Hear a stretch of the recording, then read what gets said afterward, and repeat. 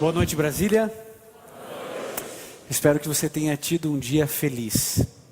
Ontem nós estudamos um pouco a palavra de Deus, falando um pouquinho a respeito da família. E mexeu com alguns. Nós percebemos que dezenas e dezenas de pessoas espalhadas no Brasil e no mundo entraram em contato conosco através do e-mail. Eu tenho certeza que a palavra de Deus é assim mesmo. Ela mexe, ela move, ela transforma, ela leva à reflexão, e isso nos ajuda a termos uma vida melhor. Quando repensamos a nossa existência, sobretudo a nossa família, tenha certeza, Deus está falando através de você e de mim com as nossas reflexões. Ontem nós abordamos um pouquinho a questão da família, hoje nós vamos falar a respeito de casamento, homem e mulher, as suas relações e o que Deus, o que a Bíblia tem a dizer sobre isso. Nós temos planos e sonhos para a nossa vida como homem e como mulher. Eu gostaria de dizer uma coisa muito especial a você. Parabéns porque você, de alguma maneira, por alguma razão, escolheu, de maneira consciente ou não, estar bem perto de Deus assistindo uma programação como essa, onde nós vamos juntos aprender o sonho de Deus para você e para mim. Querido, quando a gente fala a respeito de homem e mulher, a gente precisa voltar à estrutura primeira do homem e da mulher. E isso nós encontramos no livro de Gênesis. Eu gostaria que você abrisse a sua Bíblia em Gênesis no capítulo 2.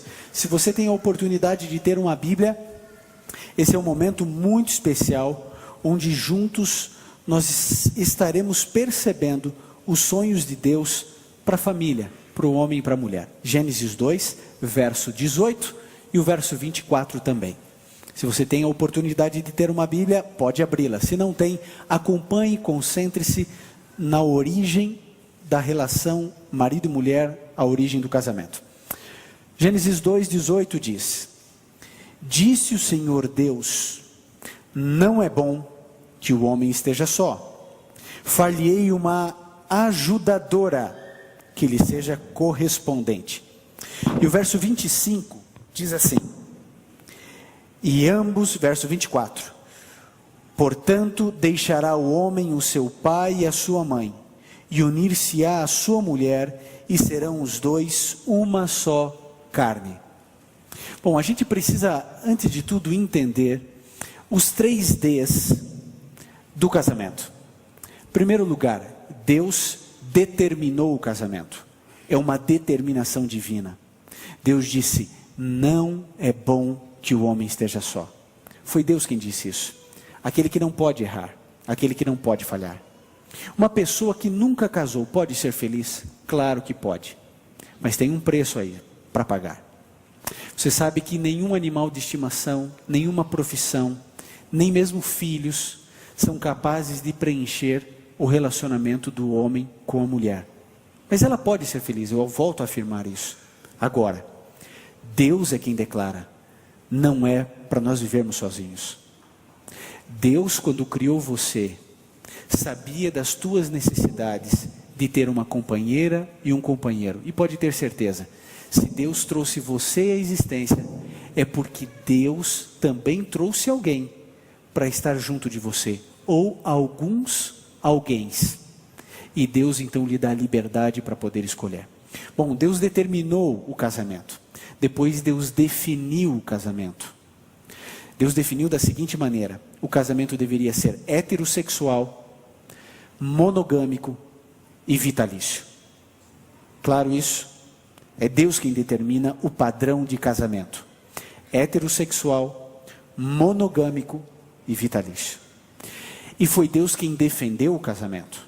É isso que a gente percebe na Bíblia. Quando Jesus Cristo veio aqui a essa terra, Ele disse, o que Deus juntou, que não separe o homem.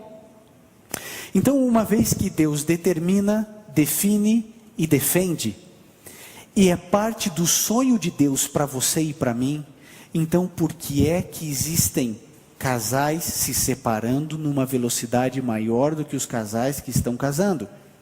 Uma pesquisa nos Estados Unidos apresentou que de cada 10 casamentos lá, eles são apaixonados por pesquisa, de cada 10 casamentos lá, 6 terminam em divórcio. 6.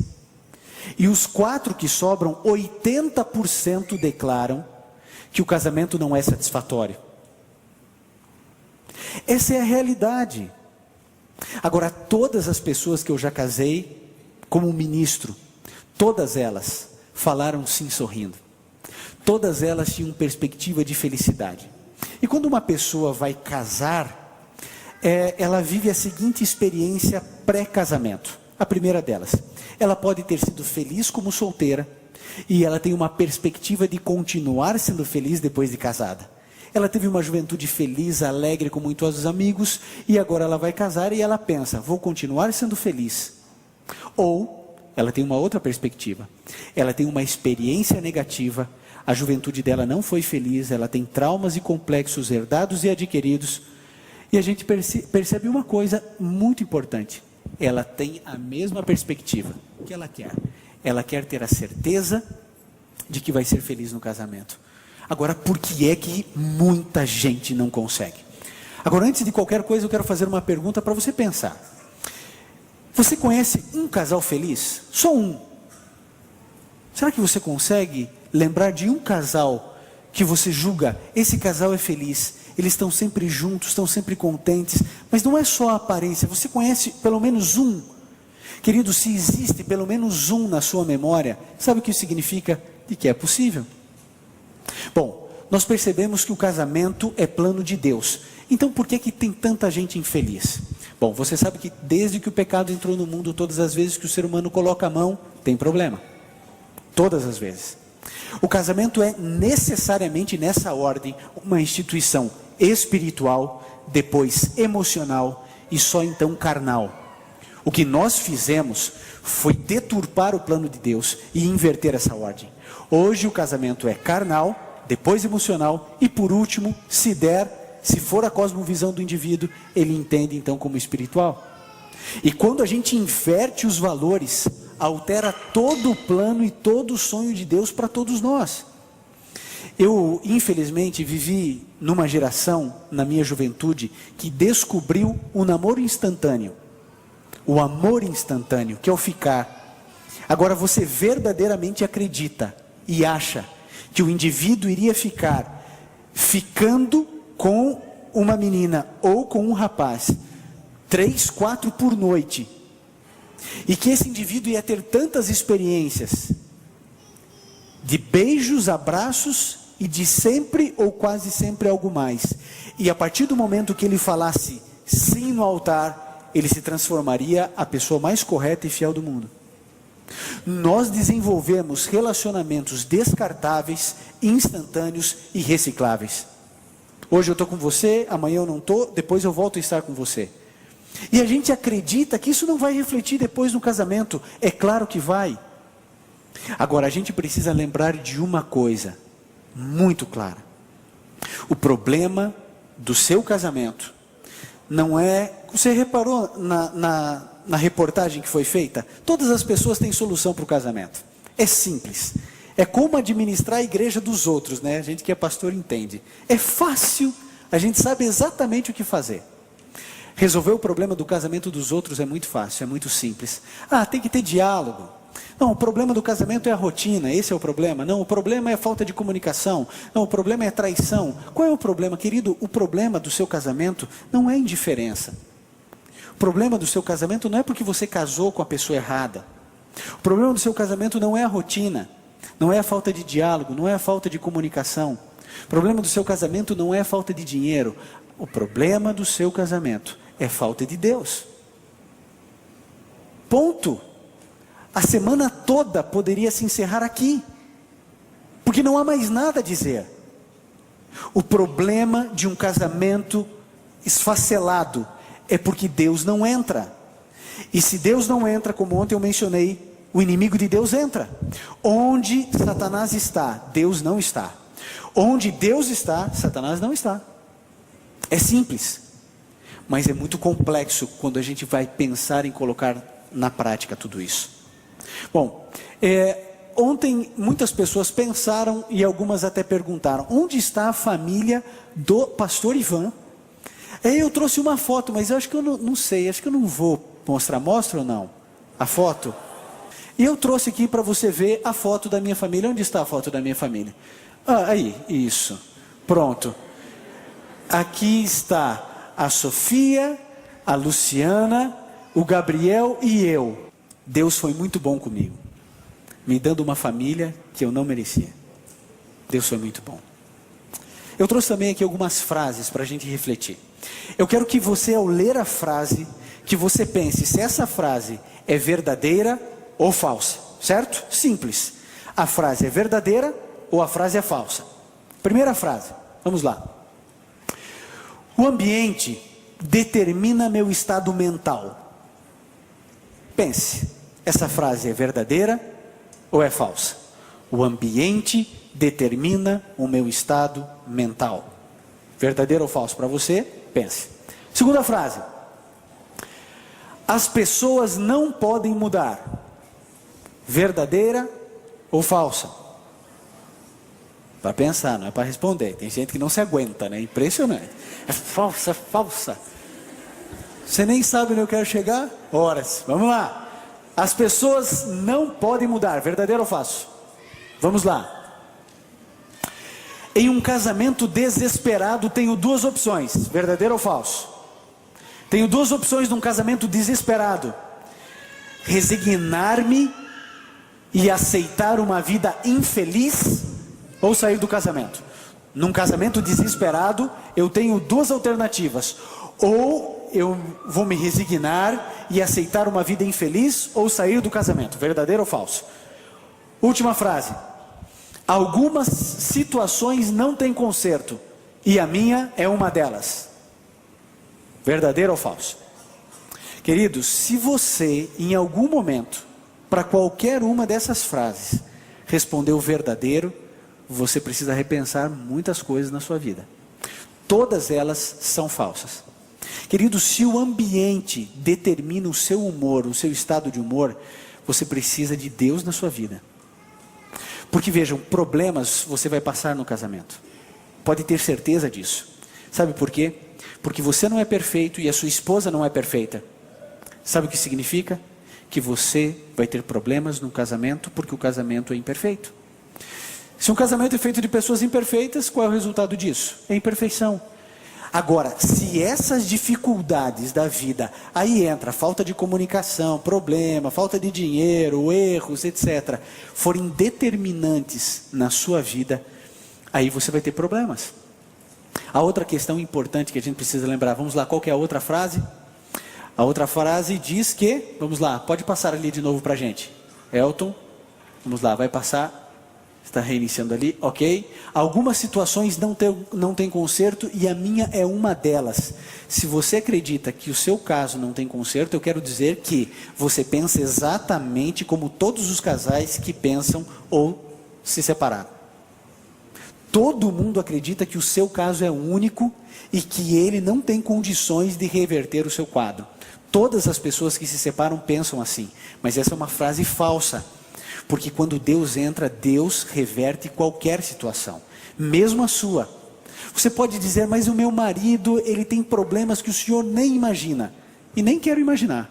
Mas eu sei que Deus é capaz de resolver qualquer problema, inclusive o seu, principalmente o seu.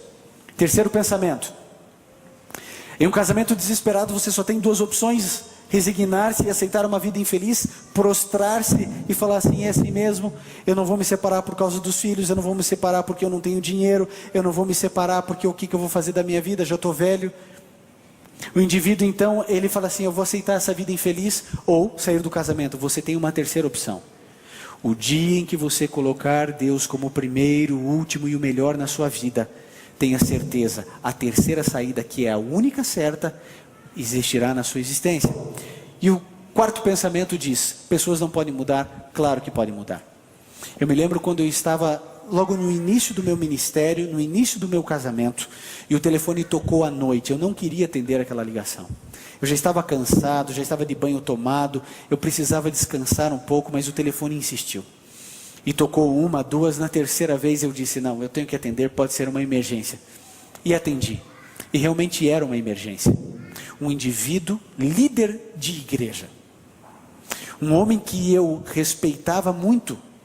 Me ligou dizendo assim: pastor, eu preciso falar com o senhor ainda hoje. É um caso muito importante para mim. Eu falei assim: mas já é tarde. E ele disse: eu posso ir na sua casa? Eu disse: venha. E ele veio. E sabe o que ele me disse? Ele disse assim: pastor, eu passo por alguns problemas no meu casamento. A minha mulher é linda. Eu conheci a mulher dele. A minha esposa é bonita. A minha esposa é inteligente. A minha esposa é uma super amiga. A minha esposa se veste bem. A minha esposa é culta. Pastor, mas eu não amo minha mulher. Pastor, eu tenho um lar que qualquer pessoa invejaria. Eu sou bem resolvido profissionalmente, o senhor sabe disso, ela também. Nós nos damos super bem, nós somos amigos, pastor. A gente nunca discutiu, a gente nunca brigou. Mas eu não amo. Pastor, o que o senhor imaginar eu já fiz. Eu fiz a 2ª, a 3ª e a 4ª lua de mel. 2 delas para fora do Brasil. Porque me falaram: não, você tem que fazer uma outra lua de mel, você precisa... Ele fez 3 além da primeira. Ele disse: pastor, eu fiz terapia de casal. Eu estive fazendo essa terapia por 6 meses. Eu sozinho fiz terapia, ela sozinha fez terapia. Pastor, eu não amo. Ele disse: pastor, eu errei, pastor. Eu não deveria ter casado com essa mulher. Ele me disse uma coisa que eu nunca mais esqueci. Ele olhou nos meus olhos e ele disse assim: pastor, eu cometi um erro de escolhê-la como minha esposa. Pastor, Deus quer que eu passe a minha vida inteira com essa mulher por causa de um erro. Eu vou ter que pagar o resto da minha vida por causa de um erro que eu cometi. Pastor, eu não amo mais, pastor. O senhor sabe, eu não sou uma pessoa má. Eu não tenho outra pessoa. Eu não amo outra pessoa. Eu não traí minha esposa. Eu simplesmente não a amo. Eu não sei se você em algum momento viveu uma situação assim. Se você vive uma situação assim. Ou se você conhece alguém que vive uma situação assim. Mas eu quero dizer que toda essa confusão emocional ocorre por uma simples razão. O indivíduo não entende o que Deus sonha para o casamento. Quando eu penso em extrair da minha esposa felicidade, e ela pensa em sugar de mim felicidade, eu não entendo nada de amor. Porque o amor, ele é por definição e por essência altruísta. Quando a gente escolhe alguém para casar, não importa quem você escolheu, a grande questão não é se você é feliz ou não. A grande questão é: eu estou fazendo o meu cônjuge feliz? Por uma razão simples também. Nós pertencemos à religião cristã. Nós somos cristãos. E o cristianismo é a única religião do mundo que define o seu Deus com uma única palavra: Deus é amor. Se eu preciso amar e eu não tenho amor, eu preciso ir à única fonte de amor que existe, que é Deus. Não dá para imaginar que o indivíduo vai ter um lar feliz, uma relação marital feliz, se o indivíduo troca: eu estou preocupado com a vida carnal, depois emocional, depois espiritual. Se o indivíduo pensa que com as suas habilidades, e porque leu meia dúzia de livros de relacionamento e fez terapia, vai conseguir resolver o problema do casamento. Querido, essas pessoas que dizem o problema do casamento é rotina, se você fizer o casal viajar toda semana, o problema vai continuar. Se o indivíduo aprender a conversar porque ele é quieto, o problema vai continuar, porque o problema é falta de Deus. O problema não é o indivíduo simplesmente pensar: eu preciso resolver. E sabe o que a gente faz? A gente fica trabalhando no periférico. É isso que a gente fica fazendo. A gente fica olhando assim: bom, então eu não quero tocar na ferida. Qual é a ferida? É que eu e você não somos espirituais. E aí, sabe o que acontece? Nesse momento, talvez tenha mulher dando cotovelada na costela do marido agora. E todas as vezes que eu falo de marido e de mulher, eu falo assim: homens, por favor, se defendam. Porque às vezes é a mão que é triturada. Às vezes é a costela que sai dolorida. Mas na verdade prática, mal comparando, nós deveríamos sair com os nossos ossos quebrados, homens. Porque a responsabilidade é nossa. Deus nos colocou como sacerdotes do lar. Eu, como pastor, como homem, como marido, eu preciso dizer: minha esposa, você leu a Bíblia hoje, você fez o culto com as crianças, vem aqui, vamos nos reunir, vamos fazer. Estarmos perto de Deus, termos comunhão com Deus, e aí as coisas vão acontecer. Vocês se lembram de um rapaz que foi à minha casa à noite falar? Sabe o que aconteceu com ele? Ele separou e abandonou agora a terceira esposa. Porque o problema nunca foi a esposa, o problema é ele. Você sabe do que eu estou dizendo? A gente pensa que se a gente trocar de endereço, vai resolver o nosso problema, mas não resolve. O problema não é que você escolheu a pessoa errada, aceite isso. O problema é você. A gente está desesperado tentando mudar o cônjuge, quando na verdade isso é uma tarefa de Deus, não é sua. O meu papel é me prostrar diante de Deus dizendo: Senhor, habita na minha casa, faça morada aqui. Senhor, cuida dos meus pensamentos, dos meus sentimentos. Por favor, Jesus, cuida da minha esposa, cuida de mim. Senhor, me ajuda no trabalho, na faculdade, na universidade, onde for. Senhor, no trânsito, em qualquer situação, cuida dos meus pensamentos, cuida dos meus sentimentos. A sua esposa será tão ruim quanto você concentrar-se nos defeitos dela, e tão boa quanto você se concentrar nas qualidades dela. Mas é a mesma pessoa. O problema está aqui, na minha e na sua mente. Nós recebemos aqui na produção dessa semana, Sonho de Família, Felicidade que você sempre quis, um e-mail. Gerivão, o nome dele. E sabem, o Gerivão é uma pessoa que, por aquilo que ele escreveu, a gente já vê que ele é uma pessoa especial. Ele mora a 260 quilômetros de São Luís, no Maranhão. E sabe, me chamou a atenção o e-mail dele, porque ele disse assim: pastor, eu sou apaixonado pela minha mulher. Eu amo minha esposa e ela me ama. Pastor, nós temos 1 ano e 8 meses de casamento. Pastor, eu sou adventista do 7º dia. Ela não é. Quando eu me casei, eu me afastei dos caminhos de Deus, deixei de guardar tudo aquilo que eu aprendi na Bíblia, deixei de observar e deixei de frequentar a igreja. E sabe, em função disso, de deixar Deus um pouco de lado, eu mergulhei no trabalho, e ela também. E o resultado de me afastar de Deus foi que o nosso relacionamento foi deteriorando, foi piorando. E nós que nunca brigávamos, passamos a discutir. A gente que vivia situações tão lindas, a gente começou a viver uma realidade que a gente nunca sonhou e nunca imaginou.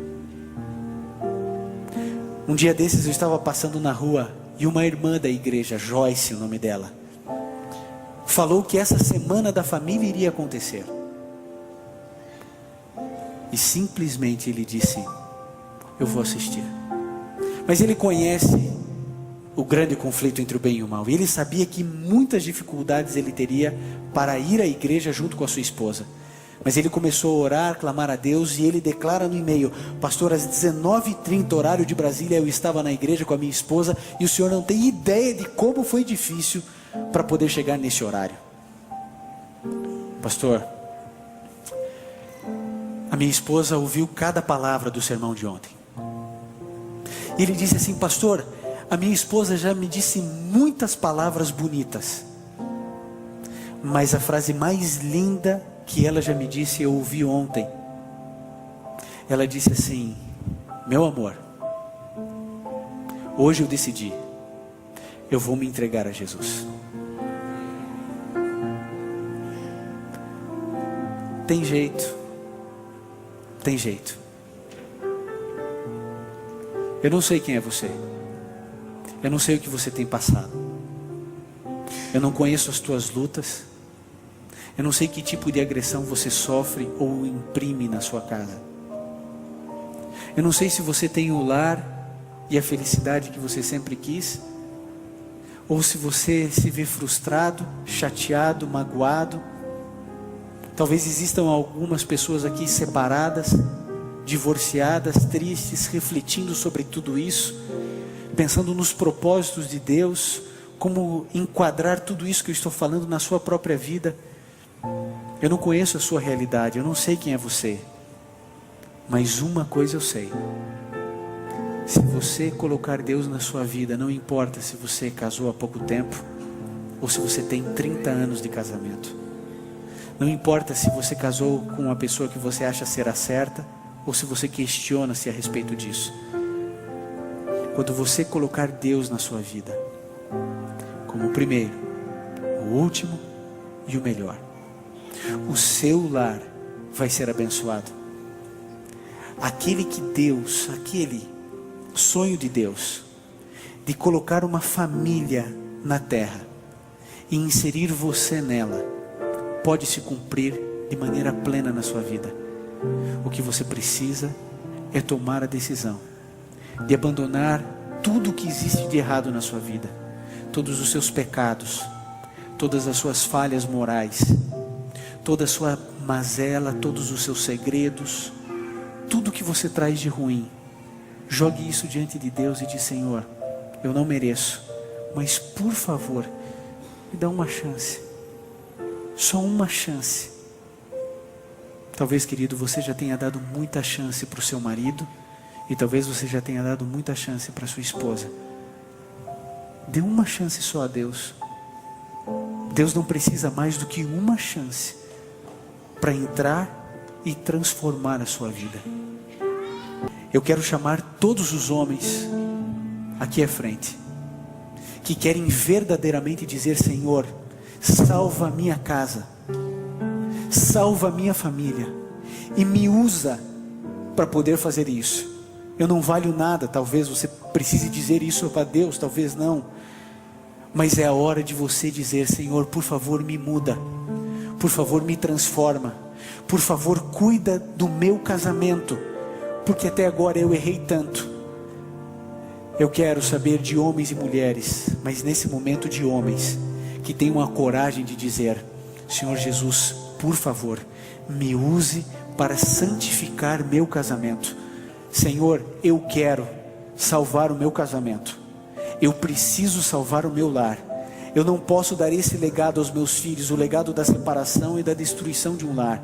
Eu quero, eu preciso e eu vou, pela tua graça, salvar o meu casamento.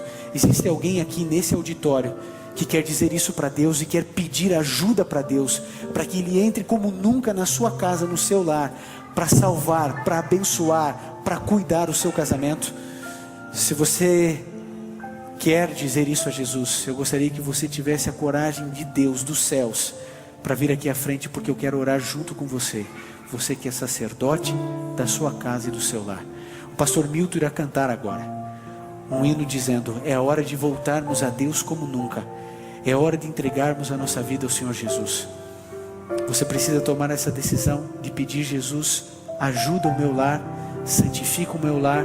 Eu quero estar no céu com toda a minha família. Levante-se. Quem é o primeiro corajoso a dizer: Senhor Jesus, eu quero? Pode vir, vem à frente. Que Deus abençoe a sua decisão. Esse não é um apelo apenas para casamentos desesperados. É um apelo para homens que precisam dizer: Senhor Jesus, eu quero amar mais a minha esposa. Eu quero ser o marido que ela sempre sonhou. Eu quero viver o sonho que o Senhor tem para mim. Essa é a hora de você voltar como nunca aos braços de Jesus. Não demores para tomar essa decisão.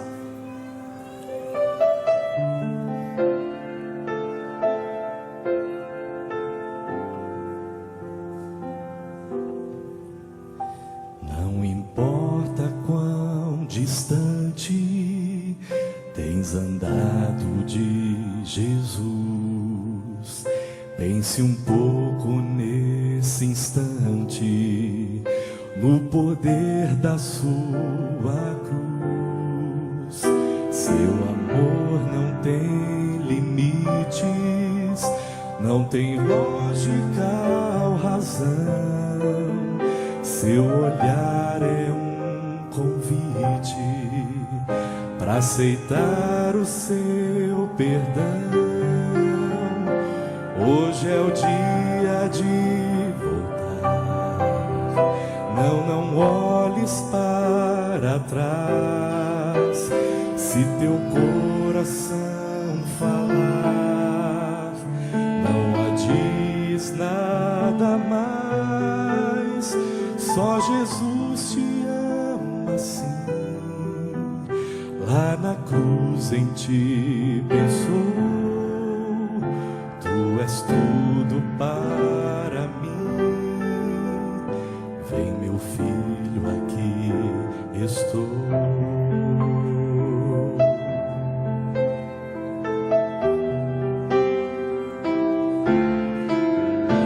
Os problemas do passado não vão mais te dominar.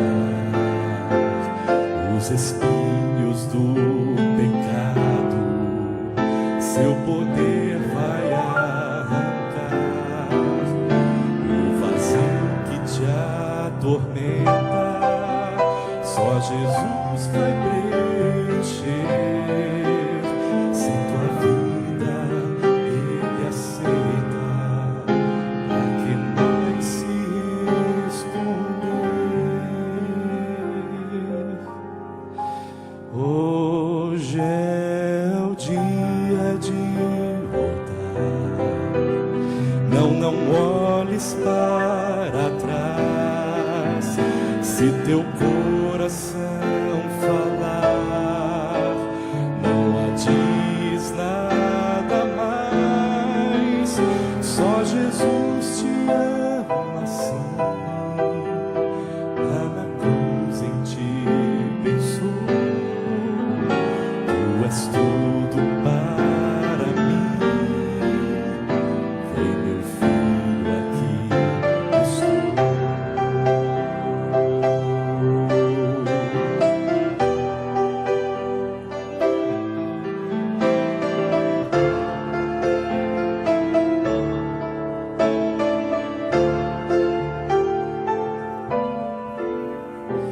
É Jesus quem fala assim. Lá na cruz eu te esperei. Volta agora para mim. Tanto tempo eu te amei. Vamos orar. Bondoso Pai, todos nós aqui somos maridos. O Senhor conhece os nossos erros. Do Senhor nada se esconde. E o Senhor sabe que grande parte da responsabilidade, às vezes, da fragilidade do nosso casamento se deve à nossa negligência, às vezes. Negligência espiritual, negligência afetiva. Mergulhamos tanto no trabalho que às vezes nos esquecemos que a nossa família é 1.000.000 de vezes mais importante. Pai, nos ajude não só a entendermos isso, mas a colocarmos em prática. A nossa esposa é um presente que o Senhor deu a nós. Nos ajude a colocarmos ela como rainha do nosso coração, a valorizarmos e a liderarmos a espiritualidade dentro da nossa casa, dentro do nosso lar. Por isso estamos aqui, diante do Senhor, para implorar a Tua ajuda, a Tua consagração na nossa vida, para que toda a nossa família sinta que somos líderes espirituais acima de qualquer coisa. Em nome de Jesus pedimos. Amém. Que Deus nos abençoe a todos nós. Que Deus nos fortaleça. cuide de cada lar que aqui representamos. Que Deus nos abençoe. Que Deus abençoe você que está nos assistindo no encerramento desse momento. Que Deus cuide do seu lar, da sua casa, da sua família. Ore a Deus, busque a Deus. E o seu casamento pode e deve ser restaurado.